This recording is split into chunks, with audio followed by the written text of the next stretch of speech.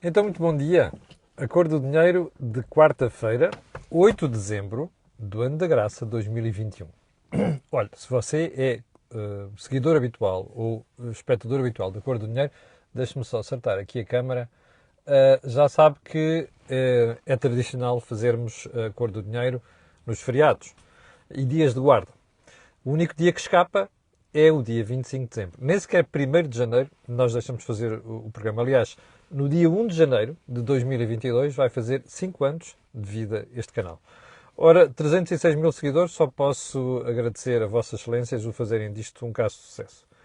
Bem, então, antes de irmos ao programa de hoje, que, como sempre, mesmo aos feriados, é extenso, eu gostava de lembrar duas ou três coisas. Primeiro, não sei se já viu o Think Tank de ontem. Mais uma excelente lição de ciência política.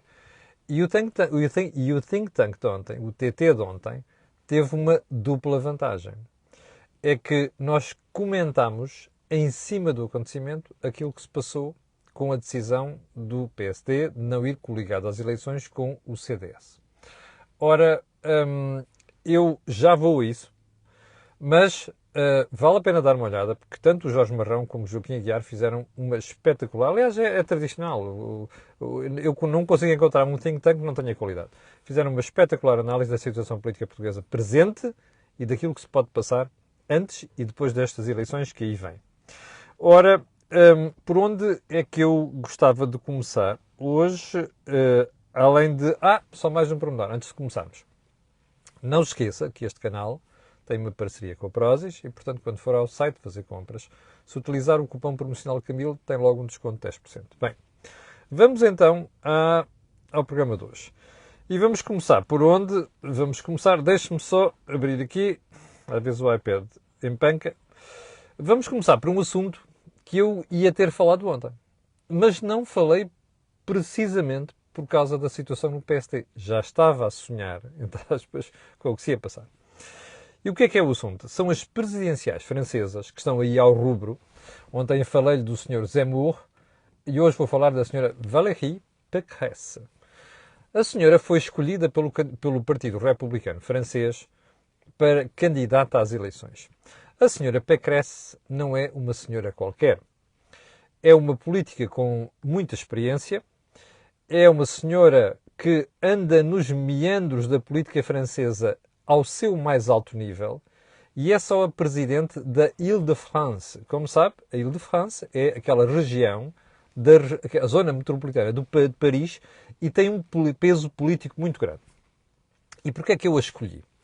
Porque não sei se reparou nas imagens dos últimos dias, ela teve uma série de candidatos que concorreram com ela. No entanto, a senhora Pécresse ganhou. E quando ganhou, ao anunciar o que ia fazer, fez uma coisa que qualquer líder que se preze faz.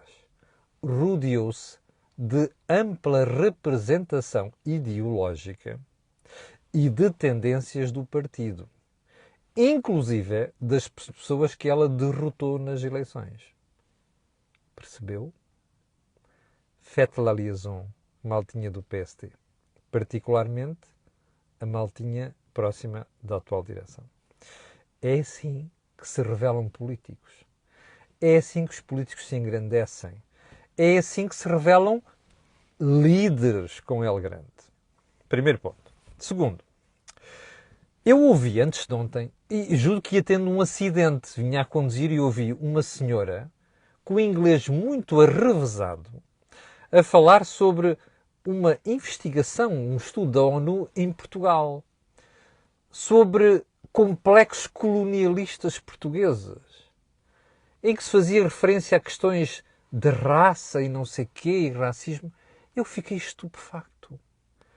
A dizer que a sociedade portuguesa ainda vivia com complexos do passado.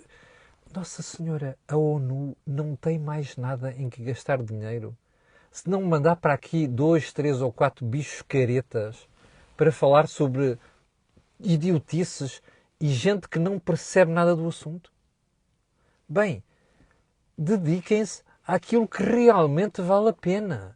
Há muitos temas no mundo inclusive em zonas do globo, que merecem a atenção da ONU, que virem para aqui debitar baboseiras, que é para não dizer um termo feio, que depois sou excluído do Facebook e do YouTube.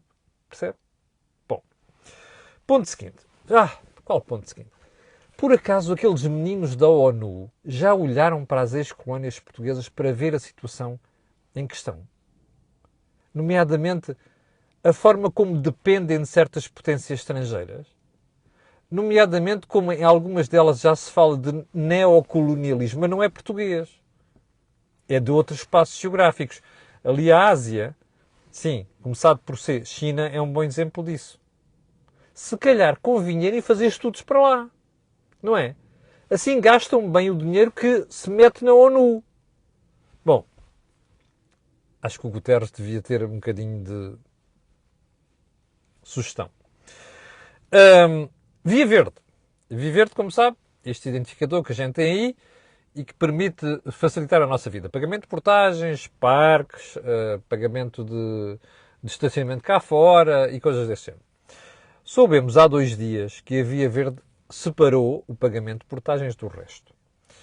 E que até vai obrigar as pessoas a fazerem uma assinatura e que os preços aumentaram, em alguns casos, mais de 50%. Eu compreendo que os serviços tenham que ser pagos. Acho que a Via Verde esticou demasiado a corda, deu um passo demasiado grande e agora vai ter contestação. Essa contestação já começou via DECO.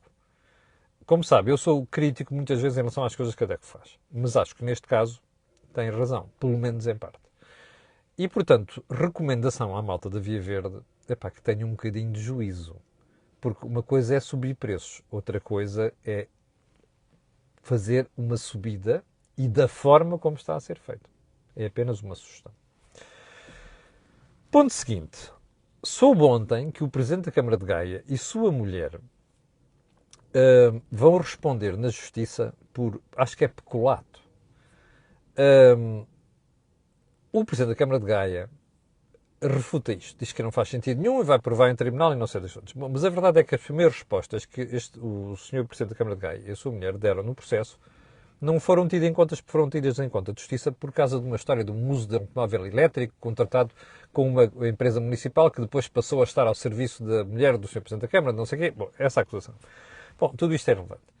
O que é relevante aqui? Os autarcas. O país vive em desconfiança permanente em relação à má utilização de dinheiros públicos, nomeadamente em questões que envolvem autarcas. Ora, os autarcas, eu não sei qual é que é a fundamentação disto. Agora, os autarcas deviam abster-se de qualquer comportamento que possa suscitar estas dúvidas. E isto é que é importante. Porque com um país mergulhado numa suspeição permanente, estas coisas não ajudam nada. Sobretudo porque nós hoje em dia sabemos das teias em voltas nas autarquias com empresas municipais e coisas cruzadas e diabo 4. Digo eu. Bom, vamos então ao programa de hoje. Eu era para ter falado disto ontem, mas não falei porque não tinha a certeza. Na segunda-feira, ou melhor, na segunda-feira à noite, houve um espectador que me enviou uma mensagem assim: olha, eu acho que você devia ouvir o programa. Viu o programa do Dr. Marcos Mendes? E eu respondi não. Domingo à noite na SIC. Então vá ver, porque ele mandou uma boca sobre uma área que você já falou e disse que ninguém falou. Eu achei aquilo estranho. Ontem fui à box e fiz rewind. E de facto, o Dr. Marcos Mendes falou de um assunto que nós falámos aqui na Cor do Dinheiro, no programa matinal, no Think Tank, e eu escrevi no Jornal de Negócios. Eu vou-lhe mostrar, porque não gosto de falar destas coisas sem factos, ok? Então é assim. O Dr. Marcos Mendes será dito. E tal, não sei quantos, está a gente em comunicação social, dedica-se a analisar a situação no PSD. E a perguntar com quem é que vai o PSD governar, se ganhar as eleições. Mas não faz esta pergunta ao Partido Socialista. Bom, então eu vou mostrar aqui o artigo, que é para não haver a mais pequena dúvida, e mostrar como o Dr. Marcos Mendes às vezes é distraído. Distraído. Eu já vou falar porque é que é distraído. Então está aqui. Com quem vai o PS governar? Camilo Lourenço, autor, artigo Jornal de Negócios. Data, o dia 22 de novembro do ano da graça de 2021. Portanto, o Dr. Marcos Mendes falou nisto neste domingo, dia 5. Portanto, está, pelo menos, ou quase 2 semanas atrasado. E porquê é que eu digo que o Dr. Marcos Mendes é distraído? Porque ele, com frequência, cita nas suas preleções artigos, opiniões, coisas debitadas na televisão de outras pessoas. Portanto, se não viu este, se calhar convinha que abrisse os olhos. Bem, pior do que isso. O Dr. Marcos Mendes, se tivesse estado atento, teria ouvido falar nisto no mesmo dia no programa matinal. Mas, ontem estávamos em pleno think tank e o Jorge Marrão, até nem fui eu, foi o Jorge Marrão que disse: o Dr. Marcos Mendes disse este fim de semana. Pois, alguém que diga ao Dr. Marcos Mendes, lhe chute o think tank onde o Jorge, o Joaquim e eu abordámos a questão de com quem é que vai o PS governar. Ok? Só para haver aqui um mínimo de sentido de justiça. É que me deu a sensação com que eu fico que o Dr. Marcos Mendes só cita quem lhe dá jeito. Nomeadamente gente ou de centro, ou assim mais à esquerda, que é para ficar bem, está a ver na fotografia. Portanto, isto é uma crítica direta ao Dr. Marcos Mendes. Aliás, como eu tenho o telefone dele, hoje vai receber uma mensagem com esta matéria. Mas se alguém daí conhecer o Dr. Marcos Mendes, faz favor, chame-o distraído, entre aspas. Bom, número 1 do programa de hoje. Grande assunto das notícias, o grande assunto noticioso é o facto de o PSD ter decidido não fazer coligação com o CDS. Aliás, já analisámos uma parte disto ontem no think tank.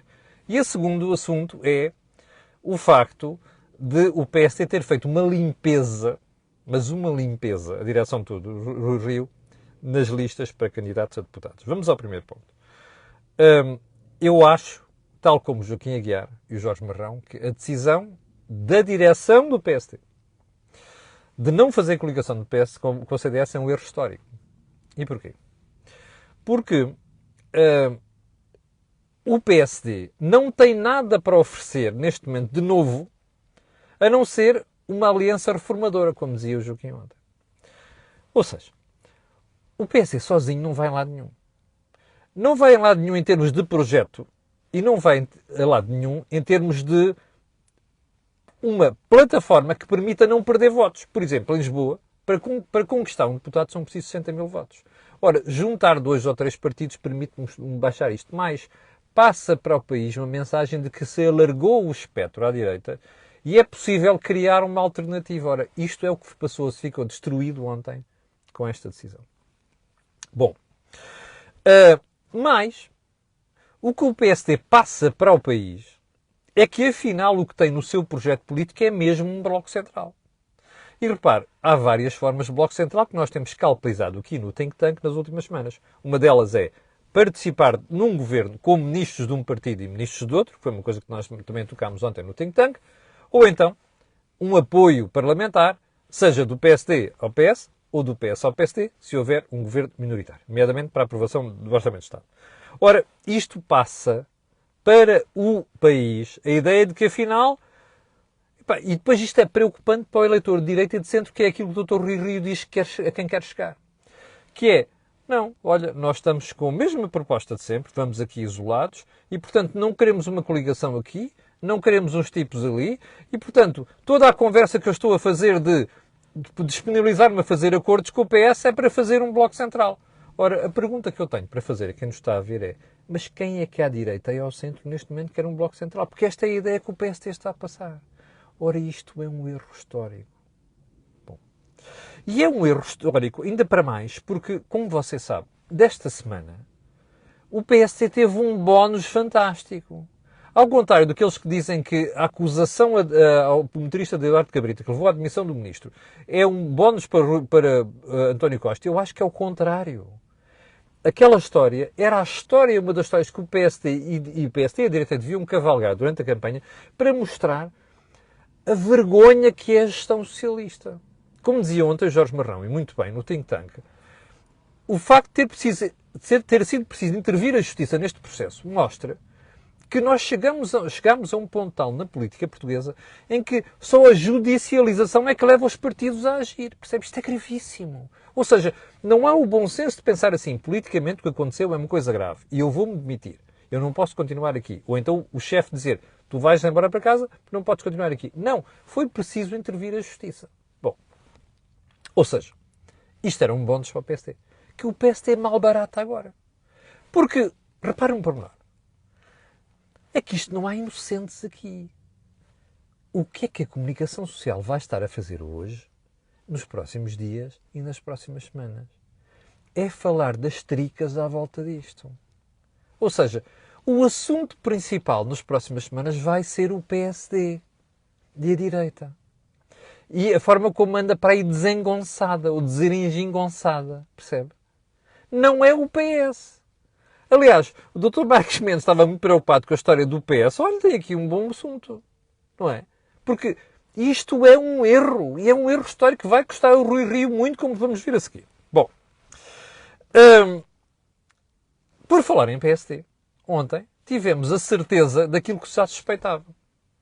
Houve uma limpeza que não foi étnica, foi de nomes, na lista do PSD. Bom, não sei se já olhou para as listas. Não é só de Lisboa e do Porto, é do país todo. Não sobrou um apoiante de Paulo Rangel. Eu, que nem acho que Paulo Rangel fosse solução para nada no PSD, como não acho que seja o Rui Rio também, fiquei, como dizem os espanhóis, se me pusieram las pelas da punta. Porquê? Porque isto é o contrário do que fez a Valérie Pécresse, de quem eu lhe falei há bocadinho, percebe? Ou seja, isto é um tiro no pé. Não sei se reparou, mas quando as televisões chegaram ao pé do Rui Rio ontem, então, mas foi uma limpeza ética? Não foi limpeza ética nenhuma. Mas há conclusões a tirar. Pois, as conclusões eu estou lixado com aqueles gajos que se meteram do outro lado e não me perdoo. Aliás, não sei se reparou, na noite das eleições, Salvador Malheiro tinha feito uma declaração de esforço, claramente. Eu até o conheço pessoalmente, estou espantado com aquilo. Ora, isto confirmou-se integralmente. A direção do Rui Rio saneou, destroçou todas as hipóteses de criar aqui um amplo consenso interno do PSD. A mim dá-me igual. Eu não sou do PSD. Conheço Paulo Rangel de bom dia, boa tarde. Não sou amigo de nenhuma das pessoas que fizeram parte da candidatura de Paulo Rangel. Estou-me a marimbar para o assunto. Mas como português não estou. Como eleitor não estou. O que o PSD acaba de mostrar é que é ser um partido pequenote e não um partido abrangente. E repare como a tentação suicida do PSD ontem ficou claramente à vista, porque foram dois erros, duplo erro, que é, primeiro, não fazem a Aliança Democrática release 2.0. Segundo, limpam tudo quanto é oposição interna. Bem, isto não é um tiro no pé, é uma bazucada no pé. E eu estou convencido que vai ter consequências por uma razão muito simples. É que eu tenho muito poucas dúvidas que o PSD ontem hipotecou qualquer hipótese de ganhar as eleições. Bom, mais. Veja a imagem. Ontem a TVI, à noite, estava a ver a repórter Joana Marques dos Reis a fazer reportagem a partir de Évora, onde teve lugar o Conselho Nacional do PSD, e uma cena de quase altercação física entre o deputado Cristóvão Norte, que foi excluído das listas, salvo erro por Faro, e um responsável de direção do PSD. Só faltou o murro. Ou seja, com uma pessoa pelo meio a tentar separar. Bom, para já a cena foi lamentável. E acho que Cristóvão Norte devia ter-se abstido de fazer aquilo. Mas repare, isto mostra o nível de tensão que existe neste momento no PSD. E isto mostra como o partido está dividido. Agora, multiplique isto por mais gente dentro do partido e veja a imagem que isto passa para o país. Bom, deplorável. Bem, eu só tenho 2 comentários mais a fazer sobre isto. Primeiro, acho que o Rui Rio perdeu as eleições ontem, mas sem hipótese nenhuma. E se me enganar, pedirei desculpa aqui no dia 30 de janeiro. E o segundo ponto, quem é medíocre nivela sempre por baixo. Eu sempre lhe disse aqui, desde o início, quando o Rui Rio foi eleito, e não quer dizer que eu quisesse que fosse Santana Lopes, que é outro medíocre também, Rui Rio é medíocre. Mas é medíocre a variedíssimos níveis. E nos últimos meses tive algumas pessoas, inclusive outros que fazem análise aqui comigo, que lhe estavam dispostos a dar o benefício da dúvida. Eu nunca lhe dei o benefício da dúvida, porque os gestos que as pessoas revelam em momentos cruciais da sua vida, sobretudo política, dizem tudo sobre isto. É como, sabe como é que costuma dizer? Como dizia uma vez a minha colega Patrícia Carvalho, tu podes tirar a pessoa do barreiro, mas não tiras o barreiro da pessoa. Quer dizer, estou a falar de Barreiro, posso falar de outro sítio qualquer, está a perceber? Ou seja, você pode até tirar a pessoa daquele ambiente, mas aquele ambiente nunca sai da pessoa. E Rui Rio é isto. E, portanto, o que nós vimos ontem foi um exercício de mediocridade que vai custar ao PST caro. Mas vai mesmo custar caro. Bom, ponto seguinte. Ponto seguinte, não sei se... Bom, ponto seguinte, sim. Eu ontem vi no meu jornal, no Jornal de Negócios, que a Bosch ia lançar um novo centro de inovação e ia contratar mais de 200 engenheiros, não sei das quantas. A Bosch é a sexta maior exportadora nacional. A Bosch é uma empresa alemã, de excelência. Faz em Portugal um trabalho notável. Em Braga, em Aveiro, tem o Centro Mundial de Research em Aveiro e não sei das quantas. O que eu achei estranho foi que essa cerimónia de ontem, depois não sei se aconteceu, mas dizia o meu jornal que ia ser presidida por António Costa. Eu tenho só uma pergunta para fazer à Bosch. Qual é a necessidade de fazerem estas coisas chamando primeiros ministros? Sim, nomeadamente em vésperas de eleições. Bom, isto é um péssimo hábito português. Para já, os alemães não gostam destas coisas, que é misturar política com empresas. Mas porquê que, sabendo que nós estamos em campanha eleitoral, porquê que se fazem estas coisas envolvendo membros do governo? É porque há aqui um apoio e o outro, mas qual é a necessidade? Segundo ponto, é que isto não é virgem. Há duas semanas vi um episódio parecido com a Deloitte, que ia criar um centro, não sei, lá estava o Primeiro-Ministro. Meus senhores, separem as empresas da política. Eu não consigo perceber o began que os empresários e gestores portugueses têm pelos políticos. Porquê é que tem que ter sempre um Primeiro-Ministro, um Ministro ou o Presidente da República inaugurarem coisas? Que é para depois que ela a chapinha a dizer inaugurado não sei quantos pelo fulano de tal. Isto não tem interesse nenhum. Mais, expliquem-me só o que é que este governo fez pelas empresas. Aliás, é um tema que eu hei de desenvolver nas próximas semanas. Portanto, eu que gosto muito da Bosch e o trabalho que está a fazer, e até da Deloitte, não posso deixar de mandar este recado. Mas que estupidez é esta? Bom, mas é para quê? É para depois ajudar a malta nas eleições? É que isto não tem... Repare, se tivesse aqui o PST no poder, eu diria a mesma coisa. Bem, eu vou para a história da frase da semana, porque houve alguém que me disse na segunda-feira não terminei este raciocínio. E é verdade. E eu peço desculpa, a emissão falhou de repente. Eu tinha citado a frase do António Portela, que é CEO da Bial, numa entrevista ao Jornal de Negócios, já Antena 1. E ele dizia, nós empresários não devemos estar sempre à espera de subsídios e apoios. Eu acho que ele tem toda a razão nisto. O problema é que durante a entrevista, noutro ponto da entrevista, António Portela diz que há medicamentos que devem subir de preço. Eu não sei se ele já percebeu, mas quem vai tomar a decisão sobre isso é o Governo. Eu até percebo, se calhar alguns medicamentos deviam aumentar de preço. Ele dá ali a justificação das matérias-primas, não sei o que, da energia. Eu percebo, mas estar a dizer isto numa parte da entrevista e estar a dizer isto noutra parte da entrevista passa a ideia de que há uma tentação daquelas de morte, que é as empresas estarem sempre a precisar do apoio da política para alguma coisa. Isto não é bom. Se há coisa que Portugal tem de errado, é esta excessiva proximidade, eu diria mesmo promiscuidade, entre aspas, e diria mesmo este concubinato entre empresariado e governo. É a mesma crítica que fiz ali há bocadinho. E pronto, chegamos ao final do programa de hoje. Quase 5 mil pessoas em direto, no feriado, é uma coisa fantástica. Quero agradecer a Vossas Excelências, quero pedir a Vossas Excelências e outros que vão ver o programa aquilo que peço sempre, que é colocarem um gosto e fazerem partilha nas redes sociais. Já sabe porquê. Aquilo que houve aqui, não houve em mais sítio nenhum. Só mais um pormenor. Ficou aqui 2 ou 3 assuntos e outras coisas que eu não tratei, e porque não podia ter na agenda de hoje, seguramente serão tratadas no programa da manhã. Tenha um grande feriado. Atenção, dia de Imaculada Conceição, padroeira de Portugal. Nós vemos amanhã às 8. Com licença.